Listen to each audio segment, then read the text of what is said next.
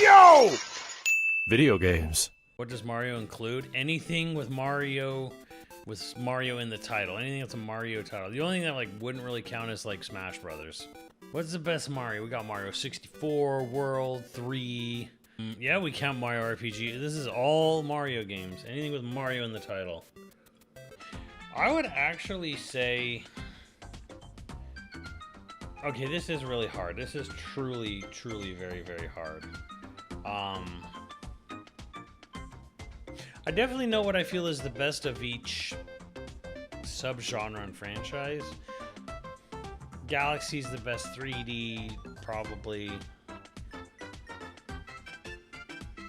3 and World are kind of tied in my mind. Mario RPG is the best RPG. I'm gonna go and say... I'm gonna go ahead and say this. All right, get ready for the Robin Williams arm. It's coming.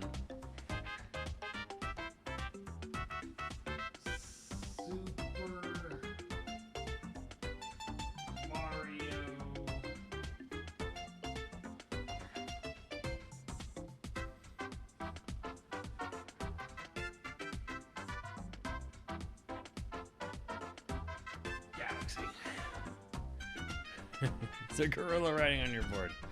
Mr. Williams, is that you? I wish. I'm gonna go with Galaxy. I'm gonna go with Galaxy 1.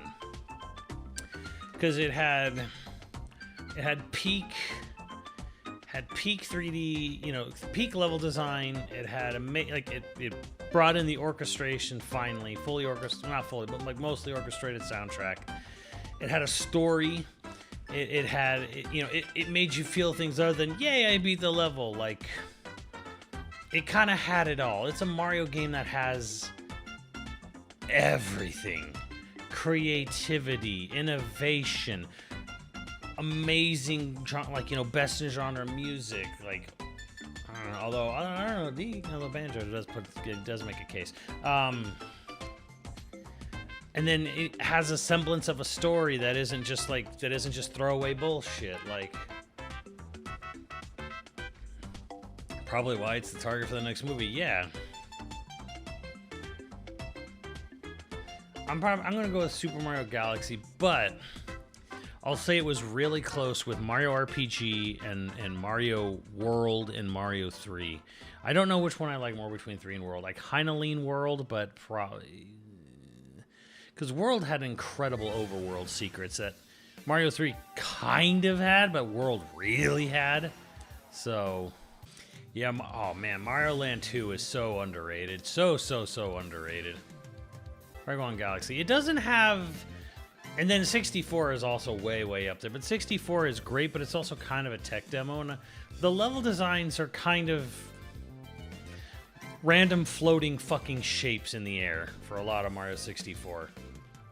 And as good as the soundtrack is in 64, it's fucking tiny. They reused level themes a lot. But yeah, I'm gonna say Galaxy. That might be a little controversial, but like I'm gonna say Galaxy. Best Zelda. I already know what I'm gonna say. I'm not arguing with this one, you guys.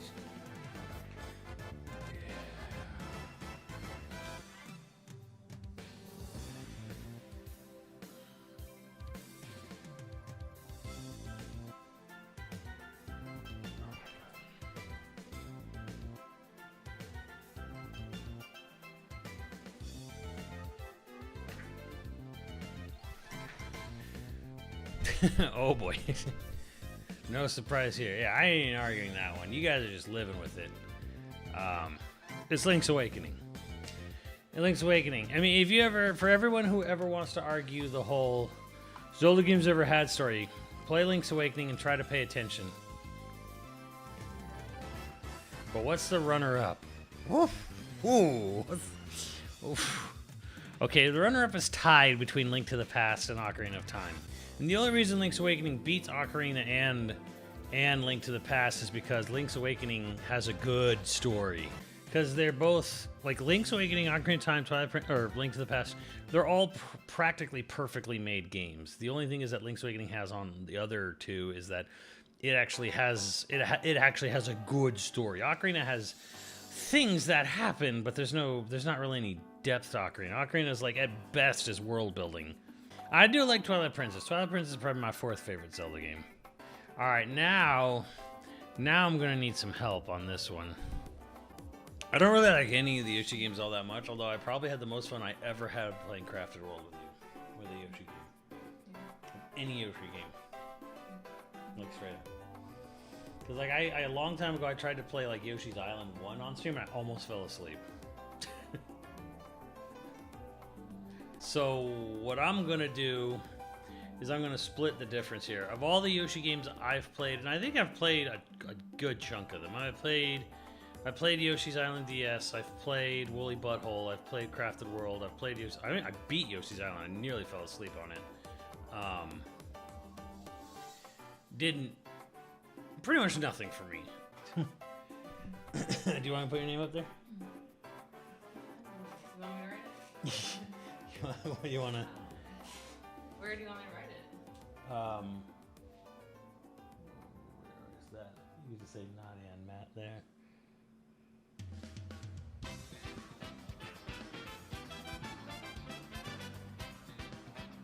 There we go. Someone with good. Someone with good penmanship.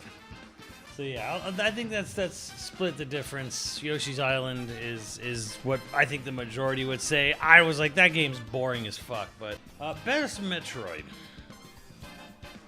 Okay, this one's gonna be interesting. What is best Metroid? Because you've got Zero Mission, which I think is very good. Super Metroid, obviously. You've got Prime 1. I mean, shit, you even have Dread. I don't think this is really... I mean, I think to be fair, Zero Mission is phenomenal. Prime 1 is phenomenal. Dread is pretty good, too. But I think to be fair, it's Super Metroid, and we all kind of know it.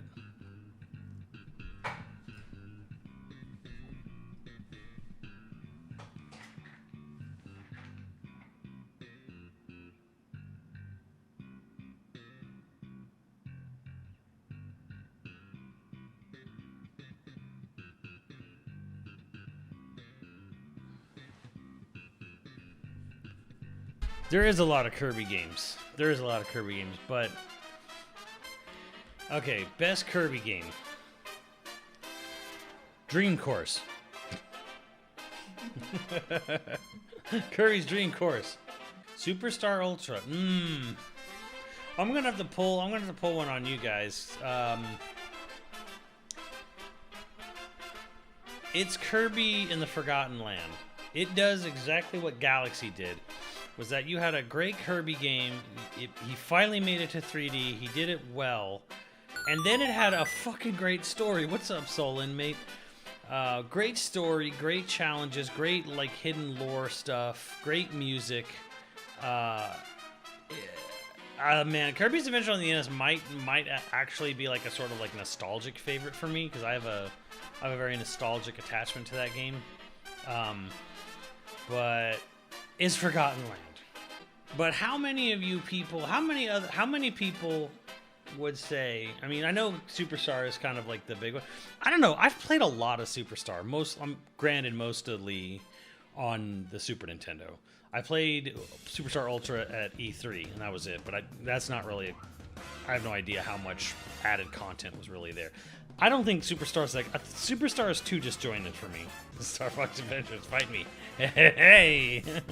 All right, well, let's just rip this poor Band-Aid off. Best Star Fox game, and I think we already know what it is. I have a soft spot for Star Fox Adventures. I really do. But let's be real here. Like, we all know. We knew what this one was gonna be when you first saw it on the board. We knew it was always going to be.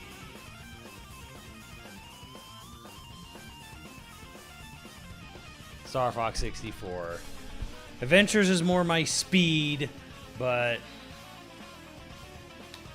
yeah, the thing is, the only people I see arguing for Adventures are furries, which disturbs me and makes me not want to even fight for it at all. Well, there you go. I mean, if you're just like, I'm not into 3D rail shooters, then yeah, Adventures would definitely be a favorite. But all right, time to fight. This is You're gonna have to tell me what the best Pokemon game is, because I've already on good. I have it on good authority that Black and White is the best Pokemon game. Yeah, I played a little bit of that on one of my earliest streams, and I was like kind of like shocked with one how crazy the story was in that one compared to the others. But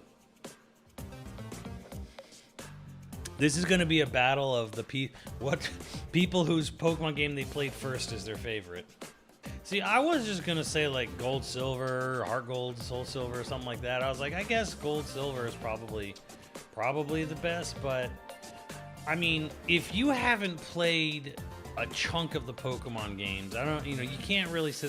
If you're like me, who kind of played Gen 1 and called it a day, and then years later went and finished Silver, I don't have a fucking dog in this fight. Pokemon. I mean, I beat the shit out of Pokemon stuff. I would never say it's the best Pokemon game though.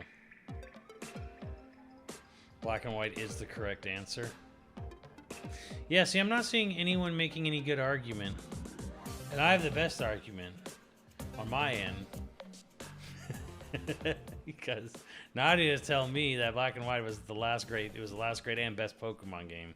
So I think I'm gonna go with that. And I see a number of you are even agreeing. The added features of the 3, that doesn't mean anything.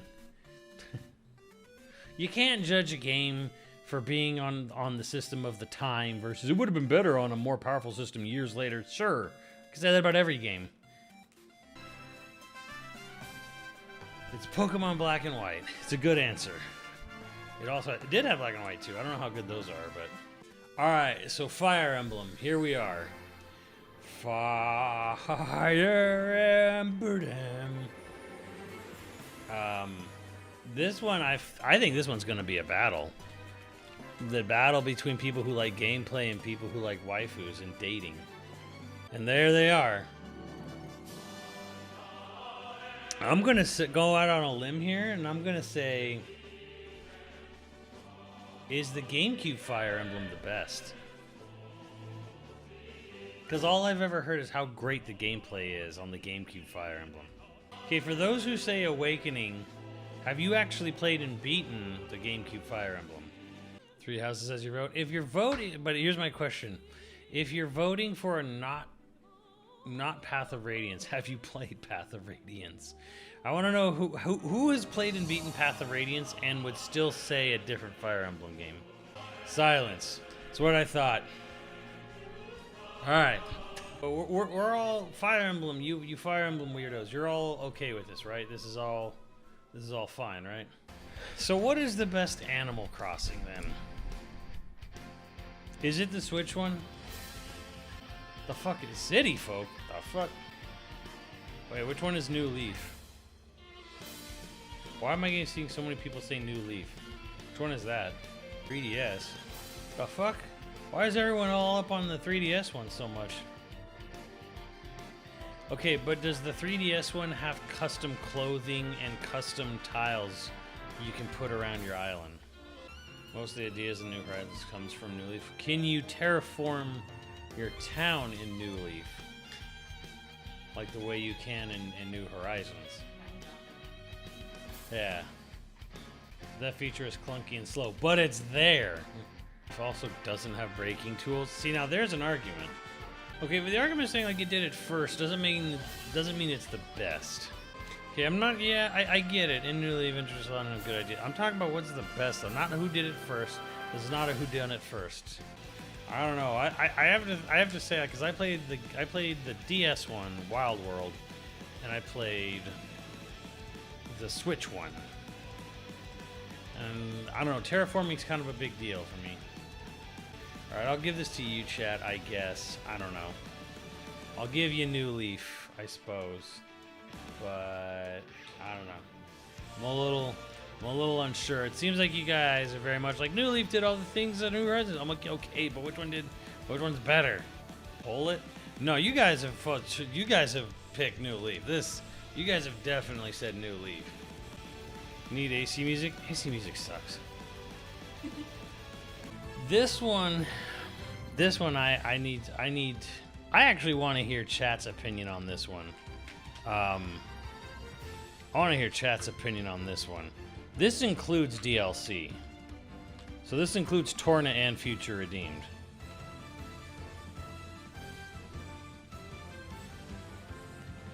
Oh, positively, Nick, you should positively play Blade. Get out of here, Chris. It does include X. Yes, X is included for all three of you weirdos out there. Yeah, DLC counts. Yes.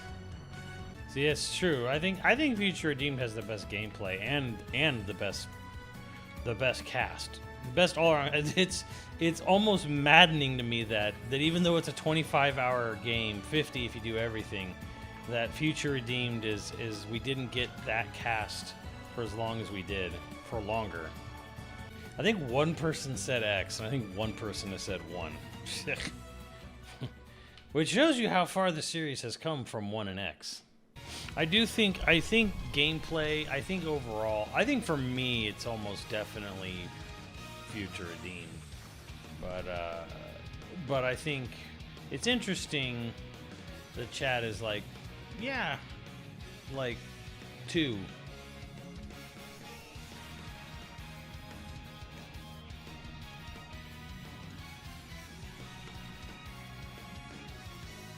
Yeah, see, there's no gameplay hiccups in Future Redeemed. That's the other problem. Or would we just say all of them except X? How about both? Why not both? Yay! Now the true test begins. Why Tropical Freeze better than 1? Because Tropical Freeze is a game that both caters at the exact same time to exploration, it caters to speedrunners, it caters to replayability with 4 different characters, it has an unlockable harder difficulty, it has unlockable hard levels that really test your platforming skill that you don't need, that don't affect the completion of the game in any way. Yeah, DK1 deep in my heart, but I know it's Tropical Freeze. DKC2 is also in. There you go. Pretty much. Let's Monkey Around says DK64 to me. It's my childhood, so I'm biased. 64 is way overhated. There's mods that you can do for that game that actually show that DK64 is actually a pretty good game. Actually a pretty excellent game if a few gameplay tweaks. 64 is a few gameplay tweaks away from being an amazing game. I don't know if we count Diddy Kong Racing, but that is an argument. Why do I have multiples DK64? Where were you people? Where have you people been for the last 25 years? Also, Tropical Freeze has a better overall soundtrack than DKC1, which is a little unfair because it's a goddamn Super Nintendo. But it is the same composer, so... And all the best music from DK1 is in Tropical Freeze, plus a lot of more great music. Yeah, DK Country 2 is like everyone, if you're like past 35, like there's kind of like this consensus, DKC2 is the greatest Donkey Kong game ever. And I'm like, it's kind of just fucking hard. And there's a lot of collectathon shit like to it. Like to see all the game, you have to collect a whole bunch of fucking coins. Like it's a cool game, but it's also like, I don't know, half the level areas suck. Like, are any of those B levels good? No, they're not. None of the high levels are fucking good. Like, are the swamp levels really that fun? No. Like, come on now. That's why it's good. Was perfect challenge. Okay, you don't need, if you're the kind of person who needs your balls squeezed to feel anything, there are 11 billion thousand difficult platformers on Steam on the indie scene. Trust me. If difficulty is your metric for quality, there's so many indie platformers that are stupid hard for no reason and they're just being hard. Platform needs challenging platform. They don't need, no, it needs to be fun. Like being hard is not fun. If doing, obviously you don't want to just press a button to win, but if the act of doing the platforming isn't fun and it's just causing carpal tunnel on your hand and you just become a Smash player, with broken wrists at 30, that's not necessarily good. Like, the platforming has to be fun. It has to be, like, fun and engaging. Like, A good example would be like, oh, having like rhythmic timing to like bopping on stuff. That's fun, you know. That's entertaining. That's like Tropical Freeze, you know, the Bopopolis. Fun level. There's like a rhythm to doing it. It's a hard level, sure, but it's also like very rhythmically based. And there's timing and everything to it. Like platformers where it's just like, oh well, you made one miscalculated jump and it was a blind jump anyways, and oh, you died. Now you have to go back and redo a bunch of challenges over again. That's not fun. It's not even good game design. A good platformer has you could like fly wildly off in the wrong direction, but you have all these options to like double jump, wall jump, glide, do all these other things to like correct yourself or like make crazy saves. That's fun gameplay. Like, oh, you had to do this. You had to do this exact precise timing. There's no other way. There's no other option. There's no other flow to a level. Just one simple way, to do it. Bad platforming, like Mario Maker levels. Oh, here's a hellish landscape of spinning fire, fire sticks, and there's literally only one singular path through this level. There's no fucking option for player expression. Bad platforming. It's hard, but it's bad. Sounds like you're describing Battletoads, DK. I mean, it's not hard if you're like someone like me who's been playing fucking video games for, as long as you've been alive. But but for a lot of normal people who don't play platformers all day, every day, DKC2 is a little on the harder end.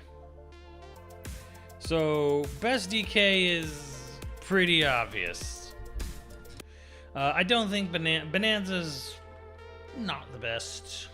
Okay, so for other bests, let me break this down real fast for you because I think this is obvious. Some of these, I don't know what other franchises.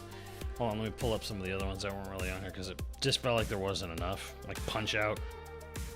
I don't know. Let's see what we got here. Pikmin, Kid Icarus. Pikmin, Kid Icarus, Punch Out, Splatoon. I don't know. What's the best Kid Icarus? Oh yeah, and there's Wario. Sorry, yeah. Oh fuck, I forgot Wario. Yeah. Yeah, there he is, Wario right there. Uprising free, sure. What's like Wario Pizza Tower? What's the best Wario game? Seriously. Pilot 64. So yeah, I don't know. Games with like only 3 entries, like Pilot Wings, is kind of like, I guess there's Pilot Wings, or like Wave Race or 1080. So I guess you guys are just like, yeah, 4 is the best Pikmin. All right, so those are the best. These are the best games in each franchise. The best Mario game, Mario Galaxy. Best Zelda, Link's Awakening. Best Yoshi, most people would say Yoshi's Island. Nadia and Matt would say Yoshi's Crafted World. Best Metroid, Super Metroid. Best Kirby, Forgotten Land. Best Star Fox 64, we all know it. Best Pokemon, Black and White. Best Fire Emblem, Path of Radiance. Best Animal Crossing, most people would say New Leaf. Nadia and Matt would say New Horizons. Best Xenoblade is 2 and Future Redeemed. Best Donkey Kong is Tropical Freeze. The other best Kid Icarus is Uprising. Best Pikmin is 4. Best F-Zero is GX. And best Mother game is Mother 3.